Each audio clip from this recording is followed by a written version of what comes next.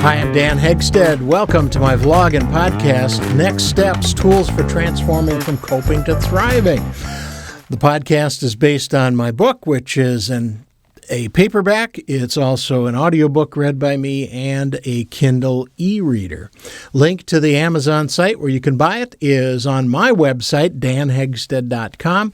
And I work as a speaker and trainer. If you want to hire me as a speaker, all that information's on my website, danhegstead.com. Hey, I'm seeing a few new subscribers to the channel, so we appreciate that. I do nothing to promote this, basically. It's just out there.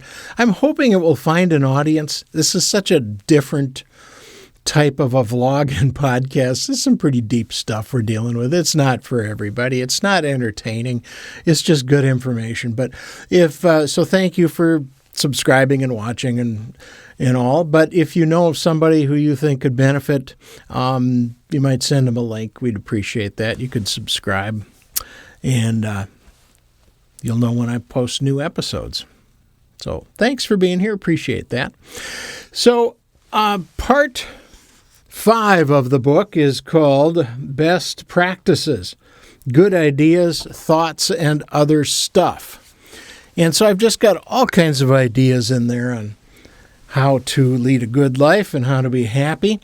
And one of the things that's in there, and it's just a couple of paragraphs, is called, an adulting skill you need, called learning to say what needs to be said and how to have tough conversations.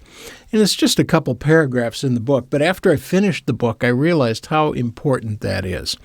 And I have, it was kind of started as a seed right there, and it's grown into, well, it could be a whole book, but for me, it's a presentation I do, and I've done a few times for businesses, and they seem to like it.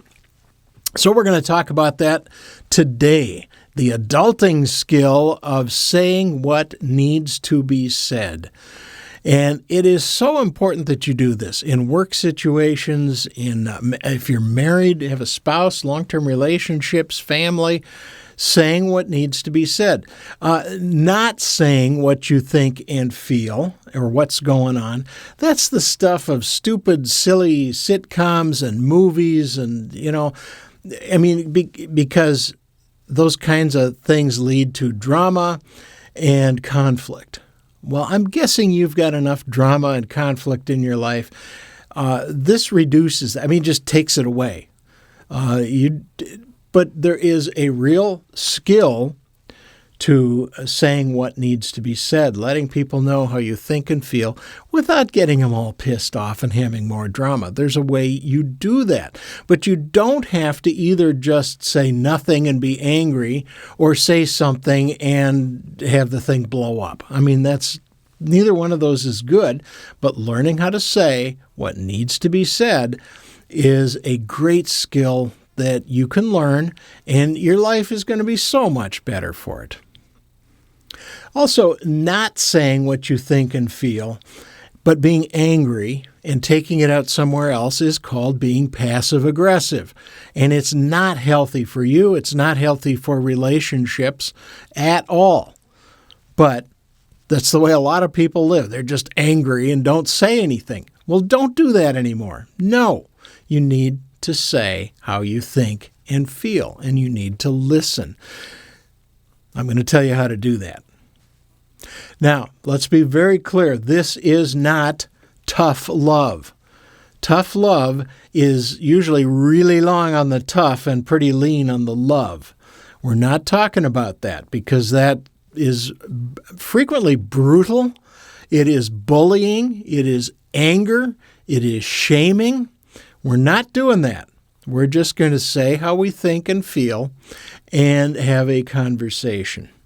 And it is crucial that you plan and prepare what you are going to say. Come up with some phrases that are gentle.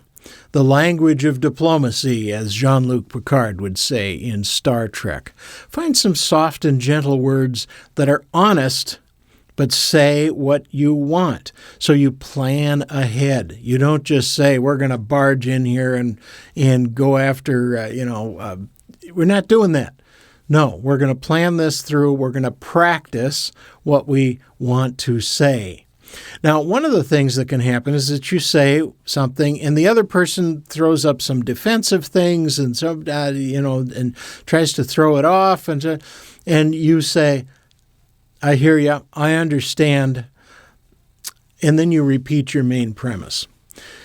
And this is a skill that comes out of doing interventions, which I know almost nothing about. And this is not an intervention. I saw something on TV about it years ago.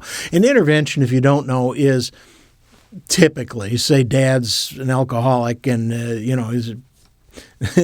things haven't been going well in the family for a long time. So the family works with a therapist and plans an intervention.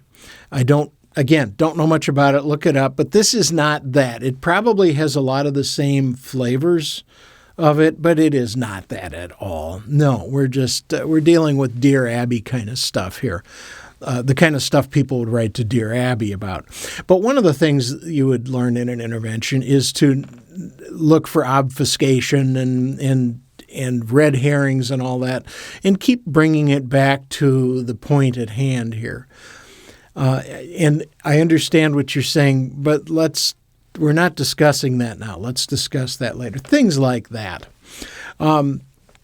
So it's not tough love. It's not an intervention. It's a conversation that you are prepared for.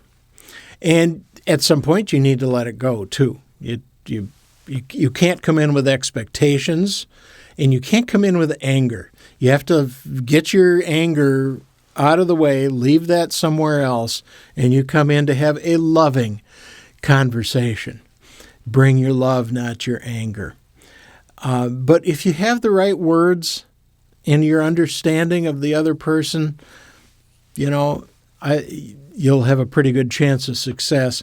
And even if not today, maybe down the road, it starts a conversation. So keep that in mind also. The last thing I'm going to suggest is learning how to apologize, and I'm going to bring that up in the next video. So if you're going to have tough conversations, first of all, plan and practice. Find your words, write them down, be prepared, and know what you're going to say and how you might react. Be prepared for that. Don't be angry.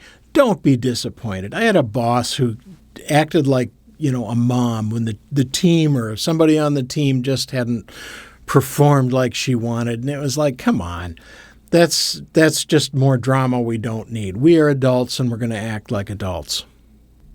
And allow the other person to have their dignity. They may get a little huffy or something, but it starts a conversation that can be brought back later. Once you start this, you'll realize how easy it is to say what you need to say without hurting other people's feelings. And, their feelings aren't your problem. It's just not. Now, you don't go out of your way to make them angry or shame or anything like that. But if you find the gentle way to say what you think and let them you be an adult, let them be an adult, it's going to make a huge difference in your life. I want to recommend a book beyond my book, which you should buy. But there is a book I read years ago, decades ago, When I Say No, I Feel Guilty. Manuel Smith. When I Say No, I Feel Guilty. Go to Amazon or any books. I'm sure he's long gone, but that book is in its umpteenth printing for a good reason. There's a lot of good information in there. It really helped me a lot. There's a lot more detail about what I'm talking about here. When I Say No, I Feel Guilty. I'm sure there are many more books out there that are just as good, but that's the one I know and recommend. So I'm throwing this out there to you. Not a lot of detail as to how to do it, but this is the important. I want to sell you on the idea that this is a important adulting skill that when you get it down is going to make your life so much nicer and easier. But plan, prepare, don't be angry, and you're going to have some real success. So there you go, an adulting skill, how to say what needs to be said, how to have difficult conversations. Thanks for watching. Thanks for listening. I'm Dan Hegstead. This is Next Steps, Tools for Transforming from Coping to Thriving.